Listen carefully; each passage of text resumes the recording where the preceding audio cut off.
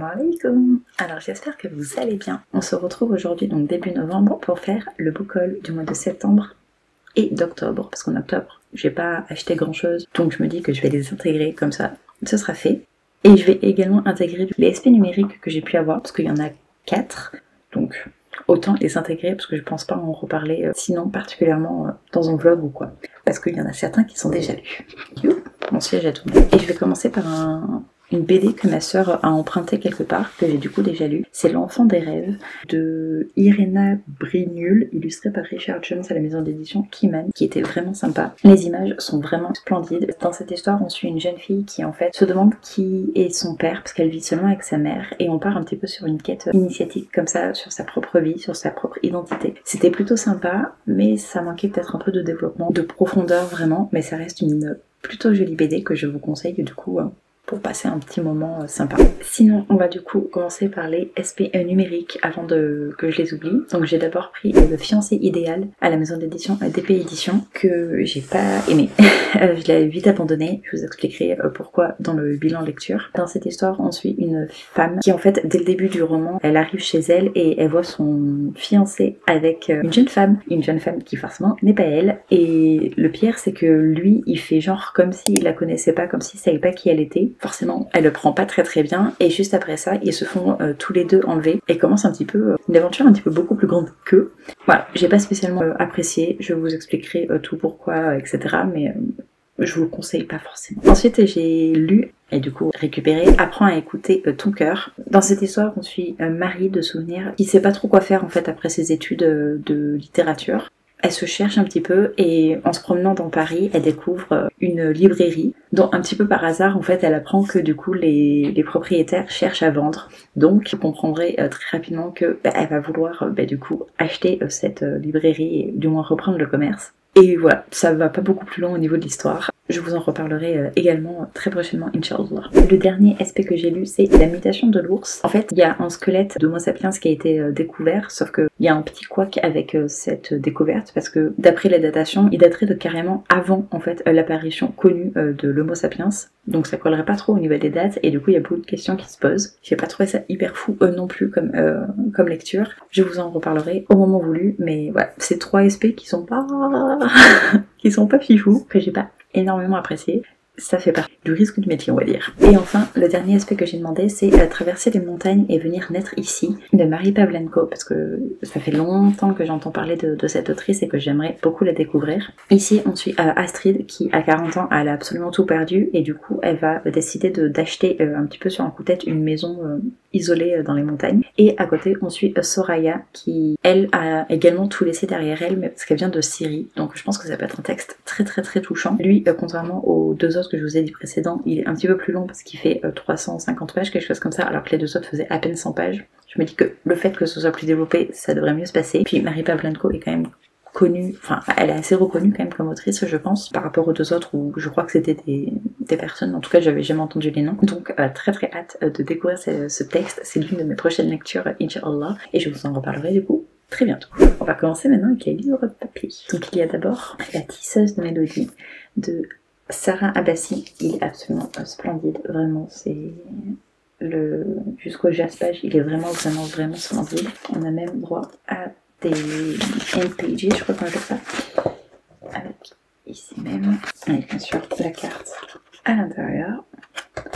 Il est vraiment splendide comme bouquin. Tout ce que je me souviens de cette histoire, c'est qu'en fait on est dans un univers où la musique, la magie en fait fonctionne avec la musique, et ça fait un peu comme dans l'Engrange Temps où les horloges ont un rôle vraiment prépondérant dans la magie. Ici c'est les instruments de musique qui ont un rôle justement prépondérant dans la magie, donc je pense que ça va être très cool. Le seul truc qui me fait peur, c'est que j'ai entendu après l'avoir acheté que la plume est assez lourde, et c'est pas forcément le genre de plume qui me plaît, mais je me dis le fait de le savoir à l'avance, ça va peut-être justement faire en sorte que j'arrive à apprécier quand même l'univers qui a l'air vraiment incroyable, donc j'ai très hâte de le découvrir. Ensuite, je me suis pris La mer chantera ton nom de Laura Nfassou à la maison d'édition Albin Michel. J'aime beaucoup la couverture. Puis je sais pas, je trouve qu'il y a quelque chose qui m'appelle dans ce roman. Pourtant c'est assez différent de ce que je peux lire d'habitude, je pense, mais il y a quelque chose. Parce que dans cette histoire, on suit Ino qui en fait rencontre Salif, qui est un personnage un petit peu particulier, c'est un pêcheur qui a l'air assez mystérieux et à peine elle le rencontre, il disparaît de sa vie et peu de temps après elle va découvrir un cadavre en fait et elle sent qu'il y a un lien en fait avec ce pêcheur, donc j'ai très hâte de le découvrir. Je crois qu'en plus il y a un lien avec le Sénégal, je sais plus quoi exactement, mais une romance sombre et envoûtante au pays des djinns et autres créatures fantastiques du Sénégal. Voilà, donc j'ai très hâte de le lire. Je crois pas avoir déjà lu quelque chose en rapport avec le folklore sénégalais, donc très hâte. En plus, j'en entends pas mal de bien, je pense, en ce moment sur Instagram, donc ça me donne encore plus envie. Ensuite, je me suis pris Aurora, donc le premier tome, La légende de l'oiseau de feu, de Vashti Hardy à la maison d'édition Ozu. Celui-là, je m'entends parler depuis des années et j'ai très hâte de le découvrir. Honnêtement, j'ai même pas relu le résumé. Quand je l'ai vu sur Vinted, je me suis dit oui, oui, je le prends parce que ça fait voilà des années que je le voulais, des années que on me le conseillait en plus. C'est en jeunesse avec de l'aventure. Je pense que j'ai pas besoin d'en savoir beaucoup plus. La couverture crie tout ce que je peux aimer. Donc j'ai très hâte de le découvrir. En plus, l'intérieur est absolument sublime avec ce genre de présentation, donc j'ai très hâte de le découvrir. Et ensuite La Maison Chapelier, donc là le premier tome de Tamsine Merchant à la maison d'édition Gallimard Jeunesse. Pareil, la couverture est absolument sublime. Dans cette histoire, je sais qu'on suit une jeune fille, je crois, voilà, son père disparaît et du coup elle va partir un petit peu à la recherche de ce dernier. J'ai très hâte de le découvrir. J'en entends que du bien. Il y a le tome 3 je crois qui est sorti en plus il y a pas très longtemps, donc ce sera l'occasion de continuer. C'est pareil, c'est en jeunesse avec un tout petit peu de mystère, mais sûrement beaucoup d'aventure. Donc j'ai très hâte de enfin découvrir cette histoire qui me tente depuis des années, à peu près en même temps que Aurora d'ailleurs je pense. Donc très hâte. Je me suis également pris du coup à This Dark Descent de Kalin Josephson à la maison d'édition Bayard. J'adore encore une fois l'objet livre avec le très joli chasse-page et une très jolie carte. Dans cette histoire, en fait, ce qui m'intrigue, c'est que le début du résumé parle de compétition, de course de licorne. J'avoue que rien que ça me... ça m'intrigue, en fait. Ça m'intrigue vraiment de comment on peut faire en sorte qu'une course de licorne puisse être si importante dans l'univers. J'ai très hâte de le découvrir. Je sais pas, je sens que je vais passer un bon moment. Inch'Allah, je vais le découvrir relativement rapidement pour pouvoir vous en reparler. Ensuite, j'ai pris This is How You Lose the Timer de Amal El-Mohtar et de Max Gluckston. Ça a l'air assez cool. On suit Bleu et Rouge qui sont deux personnages de deux communautés différentes qui se font un petit peu la guerre pour je ne sais plus trop quelle raison. Je sais même pas si on le sait d'ailleurs, sauf que bien sûr ils vont à tous les deux se rapprocher. Je crois, d'après ce que j'ai entendu il y a pas très longtemps, que c'est plus centré sur leur relation à eux, donc sur la romance malgré les tensions de leur peuple respectif, que sur vraiment l'univers, etc. Mais écoutez, ça me tente quand même pas mal, donc très hâte de le découvrir. En plus, franchement, il est super court, donc je me dis qu'il y a moyen de le lire assez rapidement, même si pour le coup je l'ai pris en anglais, et je crois qu'il existe en français, je crois qu'il a été traduit. Je sais plus le titre, je vous le laisse quelque part, mais très hâte de le découvrir. Je me suis pris The Jasad Hair, je sais pas comment ça se prononce, de Sarah Hashem à la maison d'édition, je crois que c'est un Fairy ou quelque chose comme ça que j'ai pris, que j'ai trouvé sur Vinted, avec du coup la signature de l'autrice. Ah voilà, Illuminate. Honnêtement, j'ai un petit peu oublié le résumé pour celui-ci. En fait, dans cette histoire, on va suivre une jeune fille dont toute la famille a été décimée dans un massacre. Donc elle a pas l'air d'avoir une vie facile et je sais plus exactement la suite, mais ça me donne très envie de découvrir ce personnage. Je m'entends énormément bien sur Instagram, notamment de la part de Bouchra. Je vous invite à aller suivre son compte, mais j'ai très hâte de le découvrir. Donc je me le suis pris en anglais parce que je voulais tester déjà en anglais et parce que elle a dit que la traduction française, voilà, était pas apparemment tip top. Donc j'ai très hâte de le découvrir. En plus, voilà, il est vraiment splendide. Franchement, c'est même à l'intérieur. Voilà. C'est comme ça, et franchement il est vraiment splendide, donc j'ai très hâte de le découvrir et de vous en reparler relativement bientôt, même si celui-ci, vu qu'il est assez mastoc et que c'est en anglais, je vais prendre mon temps pour le lire. Ensuite, j'ai reçu de la part de l'autrice directement Le Fauteuil Infernal de Isabelle Eke. Donc c'est un auto-édité. Dans cette histoire, on suit Henri qui en fait a presque toujours été handicapé parce que à l'âge de 3 ans, il a eu un problème qui fait qu'il a fini en fauteuil roulant et il a beaucoup de mal à accepter en fait ces différences, surtout comparé à ses frères et sœurs qui eux sont pleins de vie, peuvent faire du sport, etc. Et les choses vont un petit peu changer le jour où il va commencer le basket. Je vous en reparlerai du coup pareil au moment voulu, mais c'est pas une grande réussite pour ma part. Ça peut pas le faire tout le temps. Faut d'ailleurs que je fasse le post. Je sais pas trop comment je vais faire parce que je veux pas vexer l'autrice, mais Inch'Allah, je trouverai les mots pour le mettre quand même en valeur. Parce que je pense qu'il peut plaire à certains, c'est juste... je suis un petit peu exigeante, je suis... voilà, ça arrive. Ensuite, je me suis pris Le Cri de la Pierre de Fadwa Tuqan à la maison d'édition Asiatech Poche.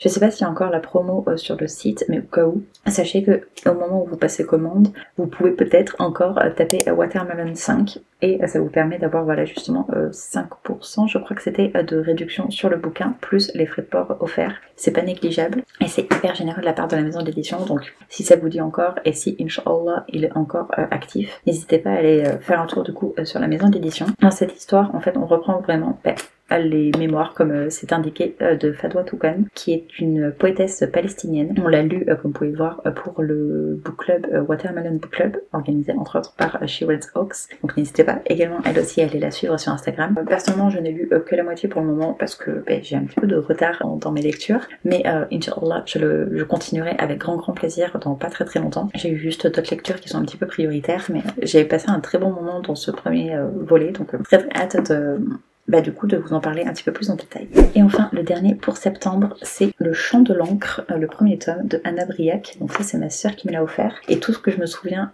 c'est qu'il y a une histoire de pouvoir liée au tatouage, donc ça m'a l'air assez cool. Bon, par contre c'est écrit vraiment minuscule, donc je pense que je vais mettre un petit peu de temps quand même à le lire, mais la couve est absolument sublime. J'ai pas envie d'en savoir beaucoup plus que cette histoire de tatouage, donc Inch'Allah je le lirai relativement bientôt.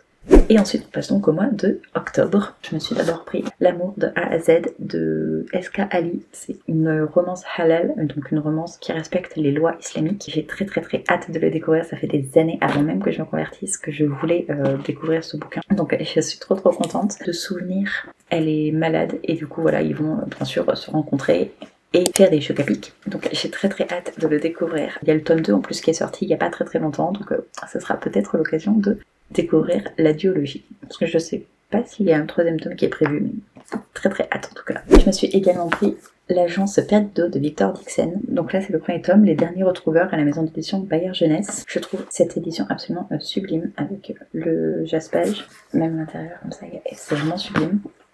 Victor Dixon, je suis pas une grande fan de cet auteur, j'ai juste lu Extincta de lui que j'ai pas hyper aimé, mais ici j'ai très hâte de le découvrir parce qu'on suit une jeune fille je crois. Voilà, la vie de Lucie parce que lorsque sa mère disparaît, et c'est apparemment lié aux croque-mitaines. Donc les croque-mitaines, il faut savoir que c'est une créature qui m'effraie, qui m'effrayait en tout cas énormément quand j'étais petite. Ma mère m'avait laissé voir un film qui m'avait terrorisée, donc j'ai très hâte de retourner un petit peu dans cette ambiance qui me faisait si peur quand j'étais petite, donc très hâte. Et enfin, je sais pas si ça vous intéresse vraiment, mais j'ai pris aussi The Study Quran. C'est un bouquin qui permet en fait vraiment d'analyser, on va dire, un petit peu plus en profondeur les versets en fait du Coran, les sourates. C'est présenté, on a du coup les versets ici avec tout plein d'explications pour voilà partir un petit peu plus en profondeur dans à quel moment ils ont été révélés et ce que vraiment ça peut vouloir dire, quelques interprétations. Donc j'ai très hâte de tout simplement le feuilleter et découvrir un petit peu plus chacun des interprétations qu'il peut y avoir derrière chaque sourate, derrière chaque verset. Très hâte. Après c'est en anglais, donc je vais pareil mettre un petit peu plus de temps à le découvrir. Surtout que c'est par rapport à la religion, donc du coup je vais mettre encore plus de temps parce que c'est un roman qui je pense mérite en fait la réflexion derrière. Donc Inch'Allah, je vous en reparlerai de temps en temps, peut-être en vidéo. Je sais pas encore sous quel format, on va voir. Mais Inch'Allah, je ferai quelques petits contenus par rapport à ce petit bébé. Du coup, voilà pour les petites lectures qui sont à venir, Inch'Allah. N'hésitez pas à me dire, vous, quel est votre dernier achat ou quel est le livre que vous aimeriez énormément découvrir. Et sur ce, je vous retrouve dans une prochaine vidéo. Des bisous et faites attention à vous.